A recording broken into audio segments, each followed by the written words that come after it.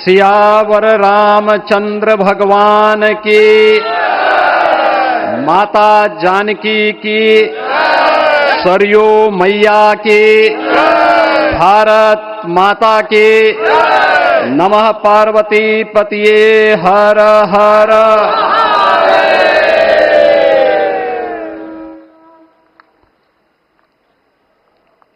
आज सफल तपु तीरथ त्यागो, आज सुफल जप जोग विरागो, सफल सकल शुभ साधन साजो, राम तुम्हें अवलोकत आजो। श्री अयोध्या धाम में मर्यादा पुरुषोत्तम भगवान श्री राम के भव्य मंदिर पर ध्वजारोहण एक यज्ञ की पूर्णाहुति नहीं बल्कि एक नए युग का शुभारंभ है। इस अवसर पर भारत के भाग्य को वैश्विक मंच पर एक नई ऊंचाई पर पहुंचाने वाले दुनिया के सबसे लोकप्रिय राजनेता और भारत के यशस्वी प्रधानमंत्री आदरणीय श्री नरेंद्र मोदी जी का मैं उत्तर प्रदेश सरकार और उत्तर प्रदेश वासियों की ओर से, सभी राम भक्तों की ओर से हृदय से स्वागत करता हूं, अभिनंदन करता हूं।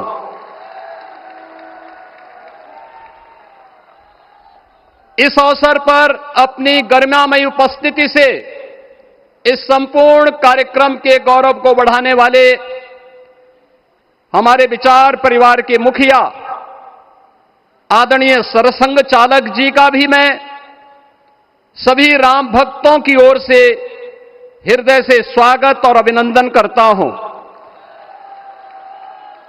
प्रदेश की माननीय राज्यपाल आदरणीय श्रीमती आनंदीबेन पटेल जी, श्री राम जन्मभूमि तीर्थ क्षेत्र न्यास के अध्यक्ष पूज्य महंत नृत्य गोपाल दास जी महाराज, कोषाध्यक्ष श्री राम जन्मभूमि तीर्थ क्षेत्र न्यास पूज्य स्वामी गोविंद देव गिरी जी महाराज, अन्य सभी पूज्य संतों और आप सभी उपस्थित अतिथियों का इस आयोजन में हृदय से स्वागत करता हूं, अभिनंदन करता हूं। बहनों और भाइयों, प्रभु श्री राम का यह भव्य मंदिर 140 करोड़ भारतीयों की आस्था, सम्मान और आत्म गौरव का प्रतीक है। इस भव्य मंदिर के निर्माण में योगदान देने वाले उन सभी कर्मयोगियों का भी मैं हृदय से अभिनंदन करता हूं। आज का यह पावन दिन उन पूज्य संतों, योद्धाओं, श्री राम भक्तों की अखंड साधना, संघर्ष को समर्पित है, जिन्होंने इस पूरे आंदोलन और संघर्ष के लिए अपना जीवन समर्पित किया। विवाह पंचमी का यह दिव्य संयोग इस उत्सव को और भी पावन बना रहा है। ध्वजारोहण उस सत्य का उद्घोष है कि धर्म का प्रकाश अमर है और राम राज्य के मूल्य कालजयी हैं। आदरणीय प्रधानमंत्री जी, 2014 में जब आपने भारत का नेतृत्व संभाला था, उसी दिन कोटि कोटि भारतवासियों के मन में, उनके हृदय में यह संभावना, यह संकल्प और विश्वास का सूर्योदय हुआ। आज वही विश्वास, वही तपस्या, वही अनगिनत पीढ़ियों की प्रतीक्षा आपके कर कमलों के माध्यम से साकार रूप से पूरे भारतवासियों और सभी सनातन धर्मावलंबियों के समक्ष आज इस भव्य राम मंदिर के रूप में है। श्री राम मंदिर पर फहराता यह केसरिया ध्वज धर्म का प्रतीक है, मर्यादा का प्रतीक है, सत्य, न्याय और राष्ट्र धर्म का भी प्रतीक है। यह विकसित भारत की संकल्पना का प्रतीक भी है, क्योंकि संकल्प का कोई विकल्प नहीं। और पिछले 11 वर्ष में बदलते हुए भारत को हम सब ने अपनी आंखों से देखा है। एक नया भारत का दर्शन हम कर रहे हैं, जहां पे विरासत और विकास का एक बेहतर समन्वय इसे एक नई ऊंचाई की ओर प्रदान कर रहा है। तो नहीं दरिद्र कोहु दुखी न दीना, नहीं कोहु अबुद न लक्षण हीना। 80 करोड़ लोगों को राशन की सुविधा का लाभ, 50 करोड़ लोगों को निःशुल्क स्वास्थ्य की सुविधा का लाभ, हर गरीब के पास जरूरतमंद को एक आवास की सुविधा, हर व्यक्ति को बिना भेदभाव के शासन की सभी प्रकार की सुविधाओं का यह राम राज्य की उस उद्घोषणा का, जिसका आधार विकसित भारत है, यह उसी का संकल्प है। बहनों और भाइयों, पिछले 500 वर्षों में साम्राज्य बदले, पीढ़ियां बदली, किंतु आस्था अडिग रही, अचल रही। आस्था न झुकी और न रुकी। जन जन को विश्वास अटल था। और जब राष्ट्रीय स्वयंसेवक संघ जैसे यशस्वी संगठन के हाथों में कमान आई, तो हर एक मुंह से बिना किसी परवाह करके एक ही उद्घोष निकलता था कि रामलला हम आएंगे, मंदिर वहीं, लाठी गोली खाएंगे, मंदिर वहीं। और एक समय था जब ये वैभवशाली अयोध्या संघर्षों, अराजकता, बदहाली का शिकार बन चुका था। लेकिन आदरणीय प्रधानमंत्री जी के मार्गदर्शन और नेतृत्व में आज अयोध्या उत्सवों की एक वैश्विक राजधानी बन रही है। यहां हर दिन एक पर्व है, हर दान एक प्रताप है, और हर दिशा में राम राज्य की पुनर्स्थापना का दिव्य अनुभूति हो रही है। आज श्री राम लला की यह पावन नगरी आस्था और आधुनिकता की, आस्था एवं अर्थव्यवस्था के एक नए युग में प्रवेश कर चुकी है। बेहतर कनेक्टिविटी है। यहां पर धर्मपथ, रामपथ, भक्तिपथ, पंचकोसी और 14 कोसी परिक्रमा के साथ साथ 84 कोसी की परिक्रमा श्रद्धालु और भक्तों को एक नए मार्ग और आस्था को एक नया सम्मान प्रदान कर रही है। महर्षि वाल्मीकि के नाम पर स्थापित अंतर्राष्ट्रीय एयरपोर्ट अंतर्राष्ट्रीय और राष्ट्रीय स्तर पर उस कनेक्टिविटी को बेहतर सुविधा उपलब्ध करवा रही है। हर प्रकार की सुविधा आज अयोध्या धाम में इसे आस्था और आधुनिकता के साथ ही आस्था और अर्थव्यवस्था के एक नए केंद्र के रूप में और देश की पहली सोलर सिटी के रूप में भी, इसे सस्टेनेबल स्मार्ट सिटी के रूप में इस नई अयोध्या का दर्शन आदरणीय प्रधानमंत्री जी के मार्गदर्शन में आज हम सबको देखने को मिल रहा है। आज का यह दिन हम सबके लिए, हर भारतवासी के लिए, हर सनातन धर्मावलंबी के लिए आत्म गौरव का दिन है, राष्ट्र गौरव का दिन है। इस अवसर पर अपने व्यस्ततम दिनचर्या से आदरणीय प्रधानमंत्री जी ने इस कार्यक्रम में समय निकाल करके प्रभु श्री राम के भव्य मंदिर में इस केसरिया ध्वज का आरोहण स्वयं अपने कर कमलों से किया है। मैं इस अवसर पर उनका हृदय से आभार व्यक्त करते हुए अभिनंदन करता हूं, स्वागत करता हूं आदरणीय सरसंघ चालक जी का और अन्य सभी सम्मानित अतिथियों, पूज्य संतों, आप सभी राम भक्तों का मैं हृदय से स्वागत और अभिनंदन करते हुए अपनी वाणी को देता हूं विराम। जय जय श्री राम। राष्ट्रीय स्वयंसेवक संघ के सरसंघ चालक डॉक्टर मोहन भागवत जी को मैं अपने संबोधन के लिए आमंत्रित करता हूं।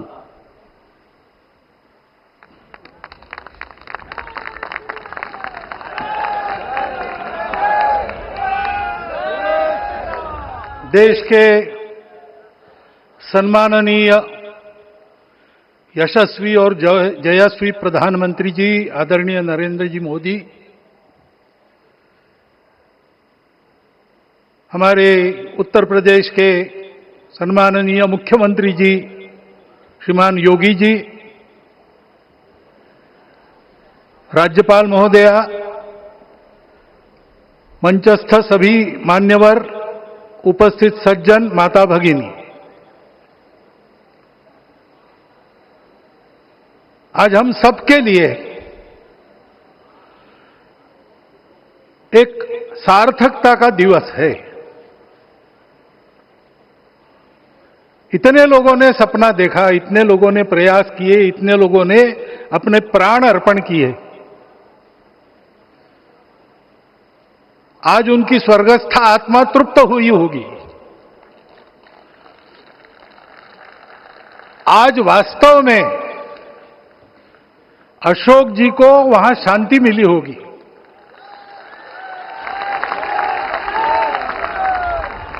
महंत रामचंद्र दास जी महाराज, श्रीमान डालमिया जी, कितने संत, कितने गृहस्थ, कितने विद्यार्थी, उन्होंने अपना प्राणार्पण किया, अपना पसीना बहाया। जो पीछे रहे वो भी रोज ये इच्छा मन में व्यक्त करते रहे कि मंदिर बनेगा बनेगा, बन गया।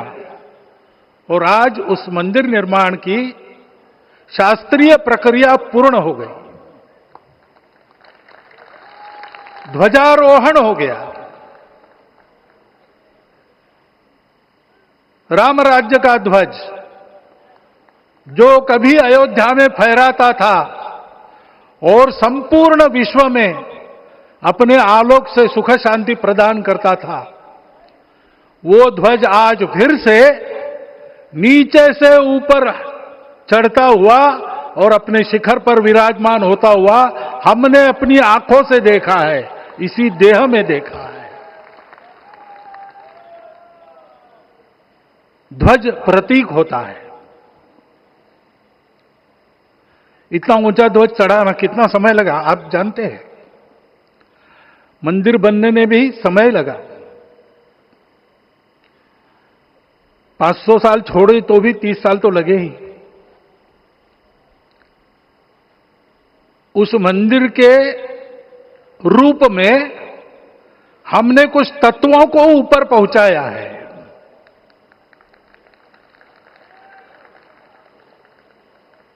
सारा विश्व जिससे ठीक चलेगा,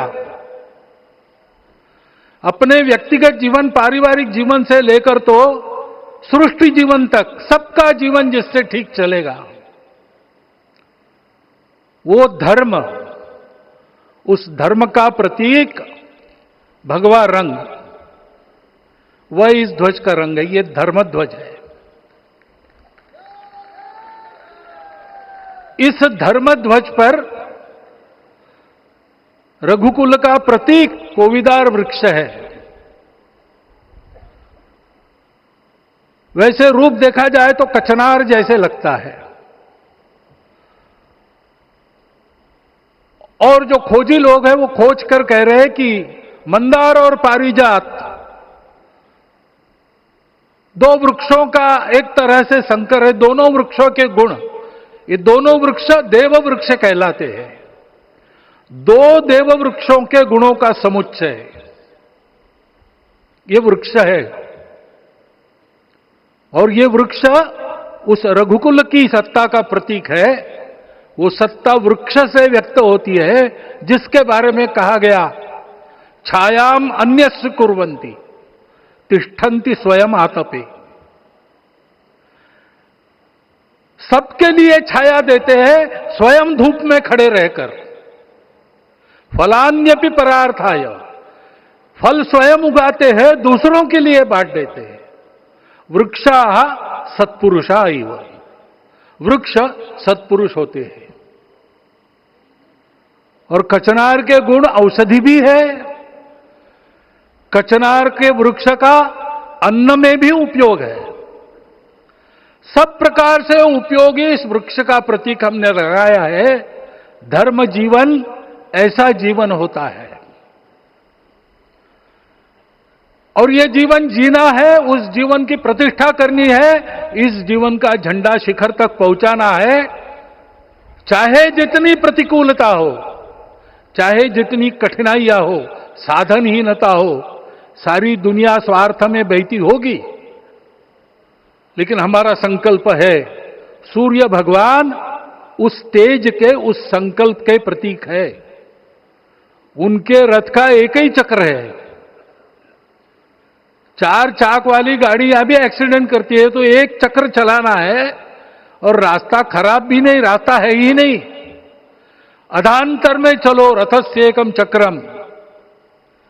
रथ चलाने के लिए 7-7 घोड़े, उनको नियंत्रण करने के लिए सांपों के लगाम है, और रास्ता नहीं है, और सारथी जो है उसके पैर नहीं है। ऐसी गाड़ी चल सकती है क्या? कंप्यूटर में डाटा डालेंगे, कहेंगे नहीं चलेगी। लेकिन बिना थके रोज पूरब से पश्चिम, पूरब से पश्चिम जाना आना सूरज भगवान कर रहे हैं। क्योंकि कार्य की सिद्धि स्वत्व के भरोसे होती है। हिंदू समाज ने लगातार 500 साल और बाद के दीर्घ आंदोलन में अपने इस स्वत्व को सिद्ध किया, और रामलला आ गए, मंदिर बन गया। यही बात सत्य पर आधारित धर्म, सत्य जो प्रतिनिधित्व होता है ओंकार से, वो सारी दुनिया को देने वाला भारत हमको खड़ा करना है। हमारे इस संकल्प का प्रतीक यह राम मंदिर, उसकी प्रक्रिया आज हमने पूरी कर ली है। यह धर्म, यह ज्ञान, यह छाया, यह सुफल संपूर्ण दुनिया में बांटने वाला भारतवर्ष खड़ा करने का काम अपना शुरू हो गया है। उसको, इस प्रतीक को देखकर, हिम्मत रखकर, उसी प्रकार सतत प्रयास करते हुए सब प्रकार की विपरीतताओं में भी हम सबको मिलके करना पड़ेगा। आज ये हमारे कृतार्थता का दिवस है, और आज हमारे संकल्प की पुनरावृत्ति का ये दिवस है। वो संकल्प हमको हमारे पूर्वजों ने दिया है। एतद् देश प्रसूतस्य सकाशाद अग्र जन्मनात्। इस देश के जन्मे हुए अग्र जन्मना है, सबसे प्राचीन है, इसलिए बड़े भाई है। वो ऐसा जीवन जिए कि स्वम स्वम चरित्रम शिक्षेरन पृथिव्याम सर्वमानवा। पृथ्वी के सर्व मानव अपने अपने चरित्र की शिक्षा, जीवन की विद्या भारतवासियों से सीखे। ऐसे भारतवासियों का परम वैभव संपन्न, सर्वशक्ति संपन्न और सबके लिए खुशी बांटने वाला, शांति बांटने वाला, सबको विकास के सुफल देने वाला भारतवर्ष खड़ा करना है। ये विश्व की अपेक्षा है, हमारा कर्तव्य है। मंदिर में श्री राम लला विराजमान है, उनका नाम ले और इस कार्य की गति हम बढ़ाए। इतना एक विषय आपके सामने रखता हूं। जैसा सपना देखा था उन लोगों ने, रामदास स्वामी ने कहा था, स्वप्नी जे देखिले रात्रि ते ते तैसे ची हो तसे। ऐसा सपना उन्होंने देखा था, बिल्कुल वैसा। और मैं कहूं कि उन्होंने जो सपना देखा था उससे भी अधिक भव्य और अधिक सुंदर ये मंदिर बन गया है। हमारे हृदय में वो निश्चय का सृजन करे, तपस का सृजन करे। ये शुभकामना मैं आप सबको देता हूं और मेरे शब्दों को विराम देता हूं। माननीय प्रधानमंत्री अपना संबोधन, अपने विचार संपूर्ण विश्व को प्रदान करें, ये निवेदन मैं उनके सम्मुख करता हूं।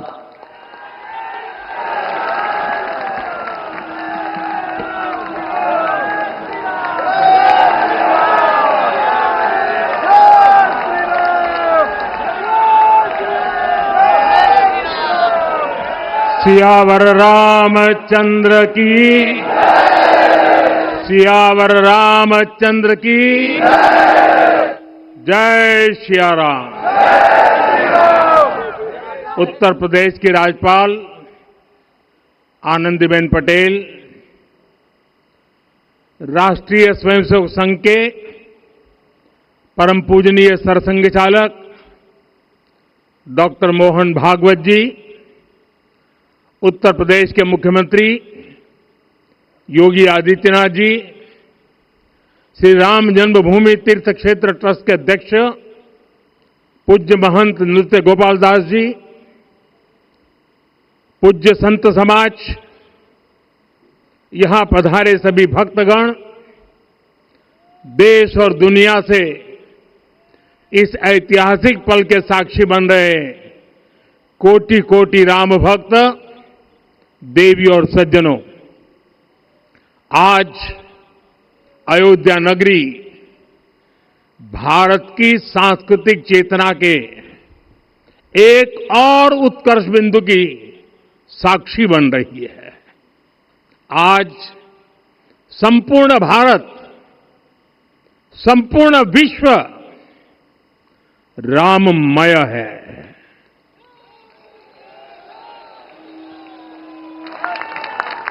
हर राम भक्त के हृदय में अद्वितीय संतोष है, असीम कृतज्ञता है, अपार अलौकिक आनंद है।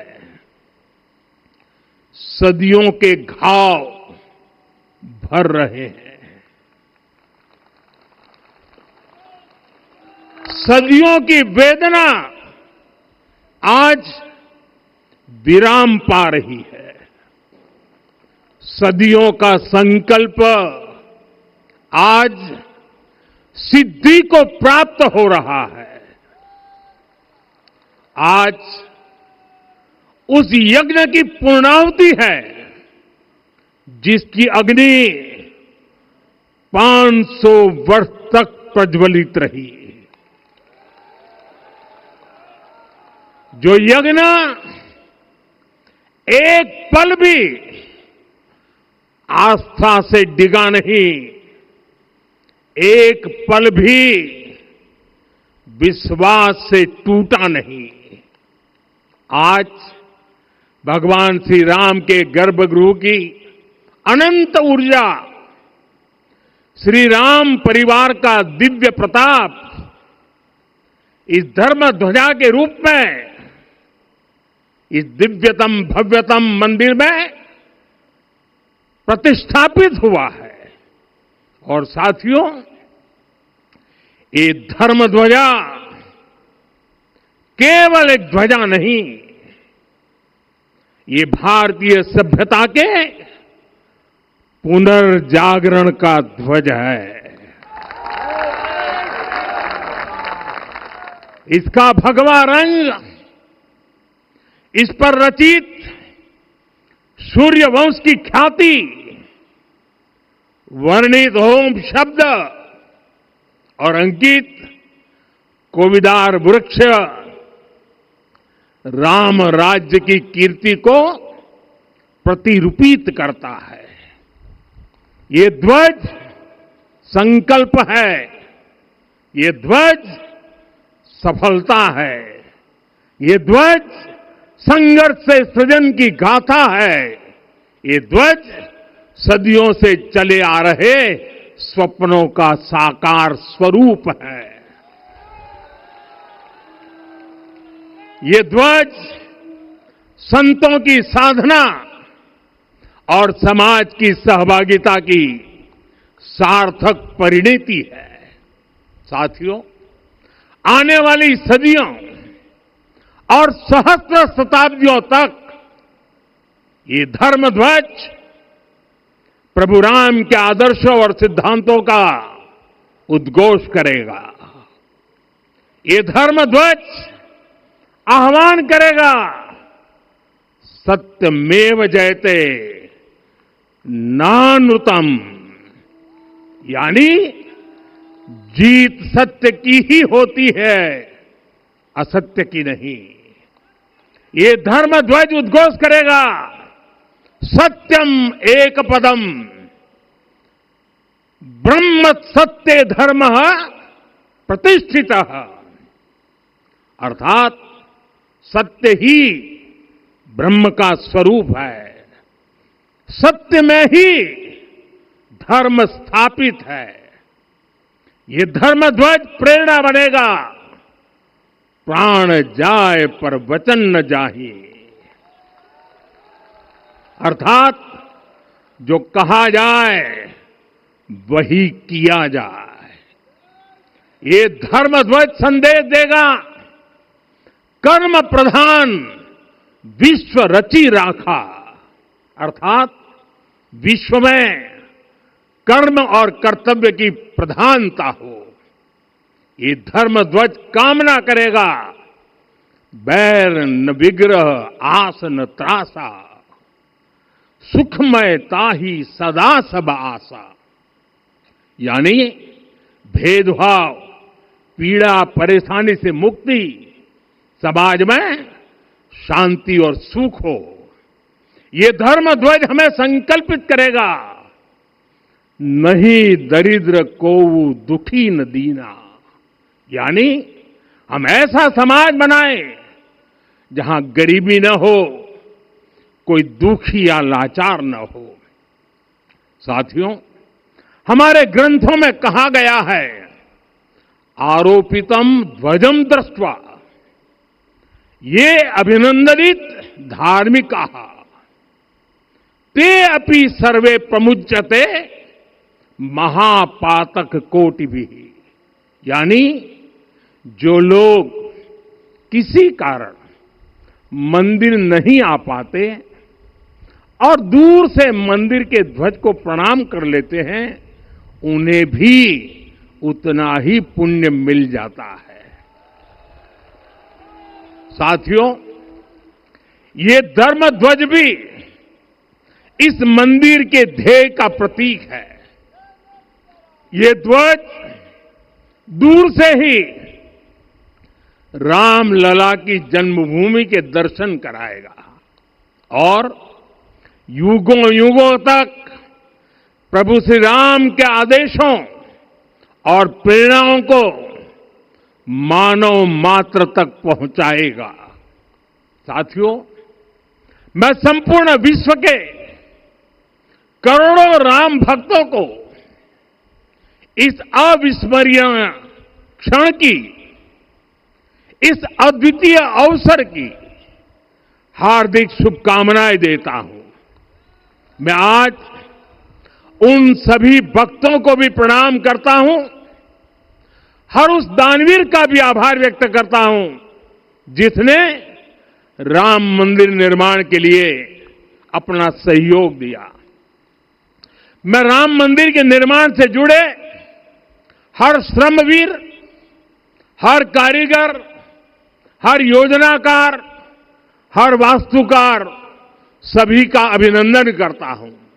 साथियों, अयोध्या वह भूमि है जहां आदर्श आचरण में बदलते हैं।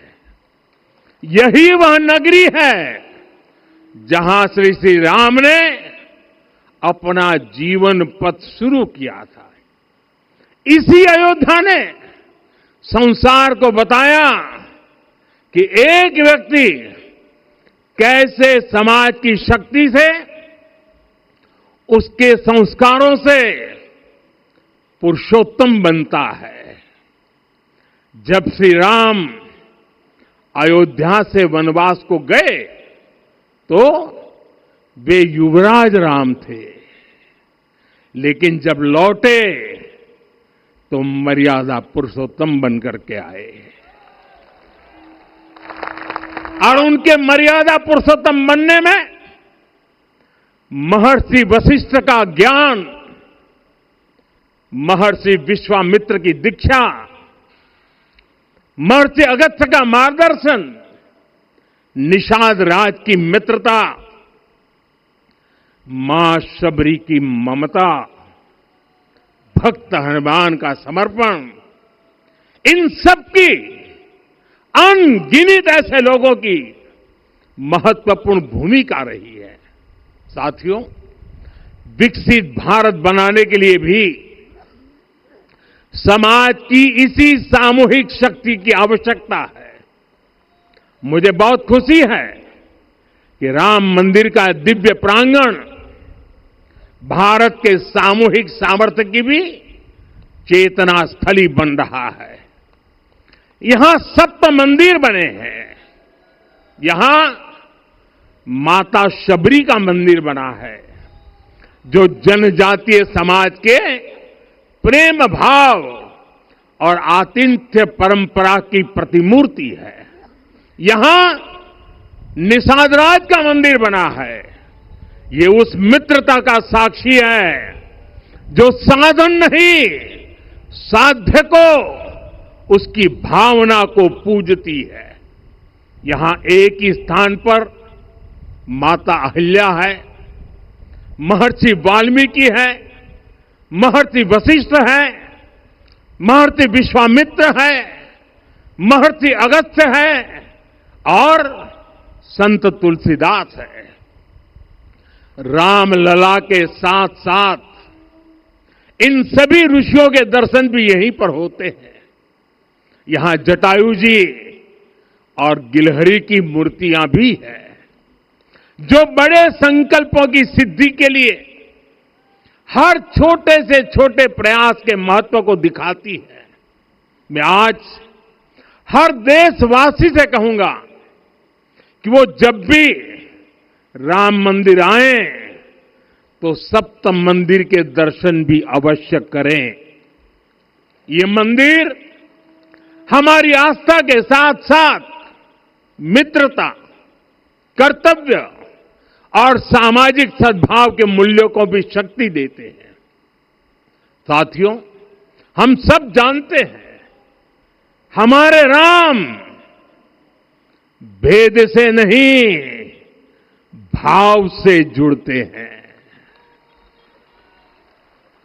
उनके लिए व्यक्ति का कुल नहीं, उसकी भक्ति महत्वपूर्ण है। उन्हें वंश नहीं, मूल्य प्रिय है। उन्हें शक्ति नहीं, सहयोग महान लगता है।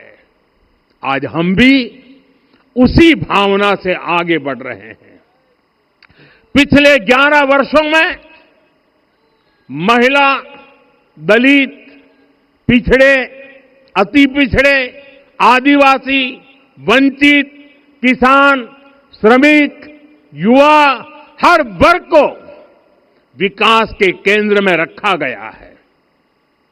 जब देश का हर व्यक्ति, हर वर्ग, हर क्षेत्र सशक्त होगा, तब संकल्प की सिद्धि में सबका प्रयास लगेगा और सबके प्रयास से ही 2047 जब देश आजादी के 100 साल मनाएगा, हमें 2047 तक विकसित भारत का निर्माण करना ही होगा।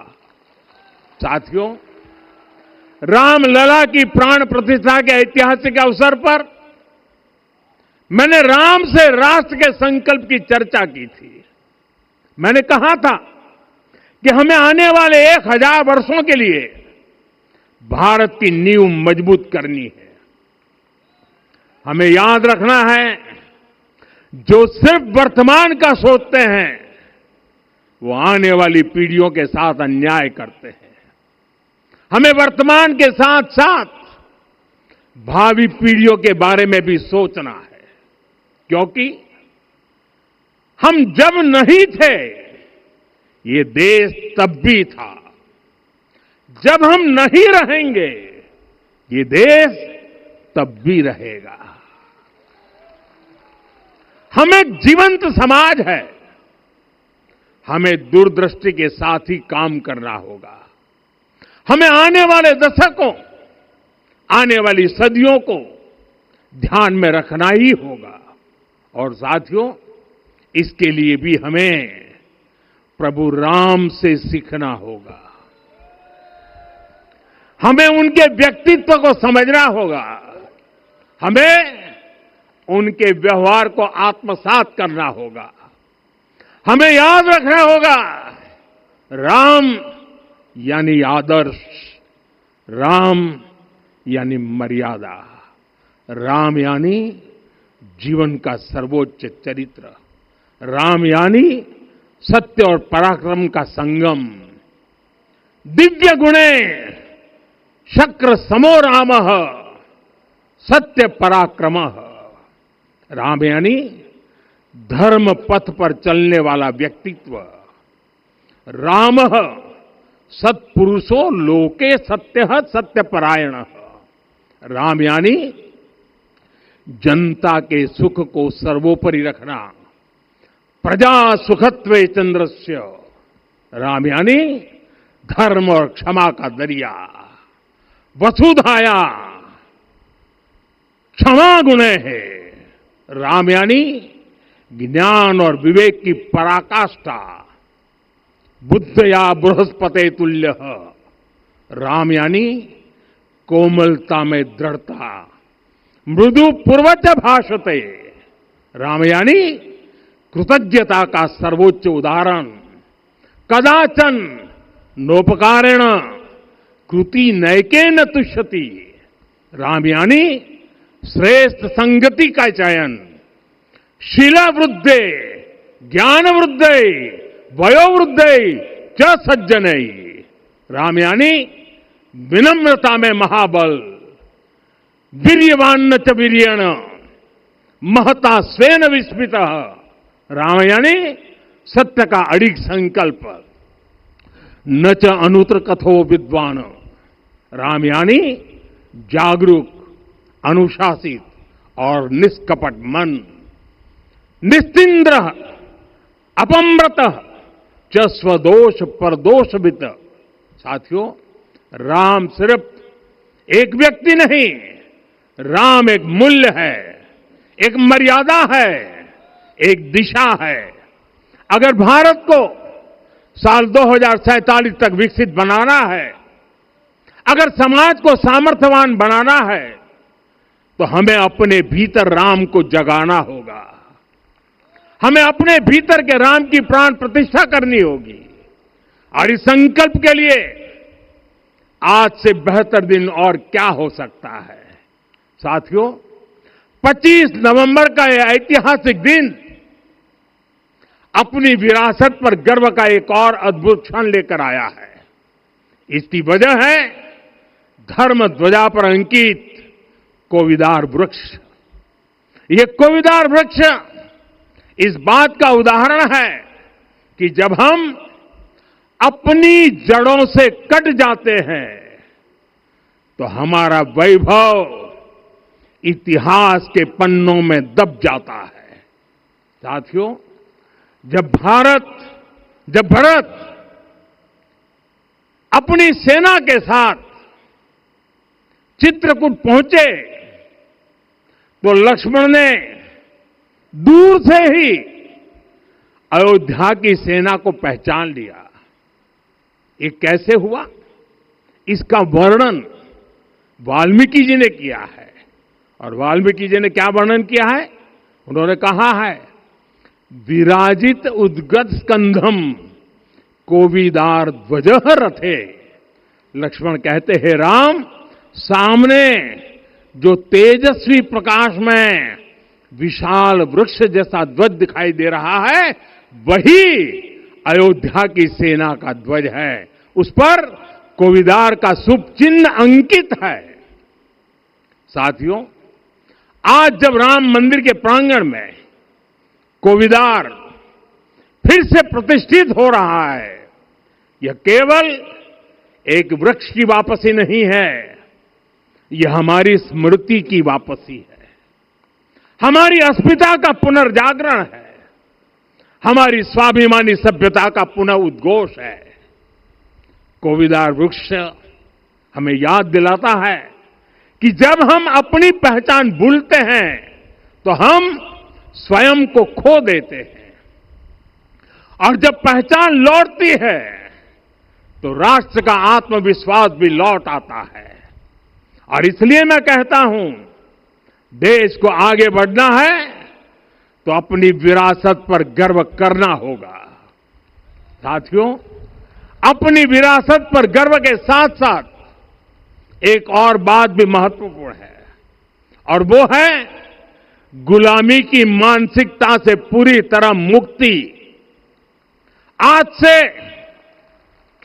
190 साल पहले 190 साल पहले साल 1835 में 1835 में मैकाले नाम के एक अंग्रेज ने भारत को अपनी जड़ों से उखाड़ने के बीज बोए थे। मैकाले ने भारत में मानसिक गुलामी की नींव रखी थी। 10 साल बाद यानी 2035 में उस अपवित्र घटना को 200 वर्ष पूरे हो रहे हैं। कुछ दिन पहले मैंने एक कार्यक्रम में आग्रह किया था कि हमें आने वाले 10 वर्षों तक उस 10 वर्षों का लक्ष्य लेकर चलना है कि भारत को गुलामी की मानसिकता से मुक्त करके रहेंगे।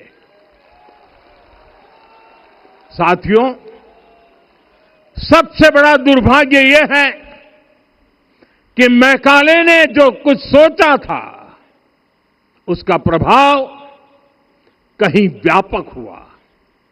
हमें आजादी मिली, लेकिन हीन भावना से मुक्ति नहीं मिली।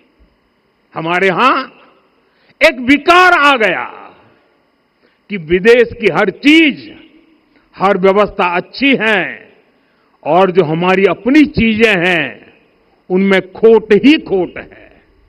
साथियों, गुलामी की यही मानसिकता है जिसने लगातार यह स्थापित किया। हमने विदेशों से लोकतंत्र लिया। कहा गया कि हमारा संविधान भी विदेश से प्रेरित है, जबकि सच ये है कि भारत लोकतंत्र की जननी है, मदर ऑफ डेमोक्रेसी है। लोकतंत्र हमारे डीएनए में है। साथियों, अगर आप तमिलनाडु जाएंगे तो तमिलनाडु के उत्तरी हिस्से में उत्तीरमेरूर गांव है। वहां हजारों वर्ष पहले का एक शिलालेख है। उसमें बताया गया है कि उस कालखंड में भी कैसे लोकतांत्रिक तरीके से शासन व्यवस्था चलती थी, लोग कैसे सरकार चुनते थे। लेकिन हमारे यहां तो मैग्ना कार्टा की प्रशंसा का ही चलन रहा। हमारे यहां भगवान बसवन्ना, उनके अनुभव मंटपा की जानकारी भी सीमित रखी गई। अनुभव मंटपा यानी जहां सामाजिक, धार्मिक और आर्थिक विषयों पर सार्वजनिक बहस होती थी, जहां सामूहिक सहमति से निर्णय लिए जाते थे। लेकिन गुलामी की मानसिकता के कारण इस भारत की कितनी ही पीढ़ियों को इस जानकारी से भी वंचित रखा गया। साथियों, हमारी व्यवस्था के हर कोने में गुलामी की इस मानसिकता ने डेरा डाला हुआ था। अब याद करिए, भारतीय नौसेना का ध्वज सदियों तक उस ध्वज पर ऐसे प्रतीक बने रहे जिनका हमारी सभ्यता, हमारी शक्ति, हमारी विरासत से कोई संबंध नहीं था। अब हमने नौसेना के ध्वज से गुलामी के हर प्रतीक को हटाया है। हमने छत्रपति शिवाजी महाराज की विरासत को स्थापित किया है। और ये सिर्फ एक डिजाइन में बदलाव नहीं हुआ, ये मानसिकता बदलने का क्षण था। ये वो घोषणा थी कि भारत अब अपनी शक्ति अपने प्रतीकों से परिभाषित करेगा, न कि किसी और की विरासत से। और साथियों, यही परिवर्तन आज अयोध्या में भी दिख रहा है। साथियों, ये गुलामी की मानसिकता ही है जिसने इतने वर्षों तक रामत्व को नकारा है। भगवान राम अपने आप में एक वैल्यू सिस्टम है। ओरछा के राजा राम से लेकर रामेश्वरम के भक्त राम तक और शबरी के प्रभु राम से लेकर मिथिला के पाहुन राम जी तक, भारत के हर घर में, हर भारतीय के मन में और भारतवर्ष के हर कण कण में राम है। लेकिन गुलामी की मानसिकता इतनी हावी हो गई कि प्रभु राम को भी काल्पनिक घोषित किया जाने लगा। साथियों, अगर हम ठान लें अगले 10 साल में मानसिक गुलामी से पूरी तरह मुक्ति पा लेंगे, और तब जाकर के ऐसी ज्वाला प्रज्वलित होगी, ऐसा आत्मविश्वास बढ़ेगा कि 2047 तक विकसित भारत का सपना पूरा होने से भारत को कोई रोक नहीं पाएगा। आने वाले 1000 वर्ष के लिए भारत की नींव तभी सशक्त होगी जब मैकाले की गुलामी के प्रोजेक्ट को हम अगले 10 साल में पूरी तरह ध्वस्त करके दिखा देंगे। साथियों, अयोध्या धाम में रामलला का मंदिर परिसर भव्य से भव्यतम हो रहा है और साथ ही अयोध्या को संवारने का काम लगातार जारी है। आज अयोध्या फिर से वह नगरी बन रही है जो दुनिया के लिए उदाहरण बनेगी। त्रेता युग की अयोध्या ने मानवता को नीति दी। 21वीं सदी की अयोध्या मानवता को विकास का नया मॉडल दे रही है। तब अयोध्या मर्यादा का केंद्र थी, अब अयोध्या विकसित भारत का मेरुदंड बनकर उभर रही है। साथियों, भविष्य की अयोध्या में पौराणिकता और नूतनता का संगम होगा। सरयू जी की अमृत धारा और विकास की धारा एक साथ बहेगी। यहां आध्यात्म और आर्टिफिशियल इंटेलिजेंस दोनों का तालमेल दिखेगा। राम पथ, भक्ति पथ और जन्मभूमि पथ से नई अयोध्या के दर्शन होते हैं। अयोध्या में भव्य एयरपोर्ट है। अयोध्या में आज शानदार रेलवे स्टेशन है। वंदे भारत और अमृत भारत एक्सप्रेस जैसी ट्रेनें अयोध्या को बाकी देश से जोड़ रही हैं। अयोध्या वासियों को सुविधाएं मिले, उनके जीवन में समृद्धि आए, इसके लिए निरंतर काम चल रहा है। साथियों, जब से प्राण प्रतिष्ठा हुई है तब से लेकर आज तक करीब 45 करोड़ श्रद्धालु यहां दर्शन के लिए आ चुके हैं। ये वो पवित्र भूमि है जहां 45 करोड़ लोगों के चरण रज पड़े हैं और इससे अयोध्या और आसपास के लोगों की आय में आर्थिक परिवर्तन आया है, वृद्धि हुई है। कभी अयोध्या विकास के पैमानों में बहुत पीछे थी, आज अयोध्या नगरी यूपी के अग्रणी शहरों में से एक बन रही है। साथियों, 21वीं सदी का आने वाला समय बहुत महत्वपूर्ण है। आजादी के बाद के 70 साल में भारत विश्व की 11वीं सबसे बड़ी अर्थव्यवस्था बना। 70 साल में 11वीं। लेकिन पिछले 11 साल में ही भारत विश्व की 5वीं सबसे बड़ी अर्थव्यवस्था बन चुका है। और वो दिन दूर नहीं जब भारत विश्व की तीसरी सबसे बड़ी अर्थव्यवस्था भी बन जाएगा। आने वाला समय नए अवसरों का है, नई संभावनाओं का है और इस अहम कालखंड में भी भगवान राम के विचार ही हमारी प्रेरणा बनेंगे। जब श्री राम के सामने रावण विजय जैसा विशाल लक्ष्य था, तब उन्होंने कहा था, सौरज धीरज ते ही रथ चाका, सत्यशील दृढ़ ध्वज पताका, बल विवेक दम परहित गोरे, क्षमा कृपा समता रजु जोरे।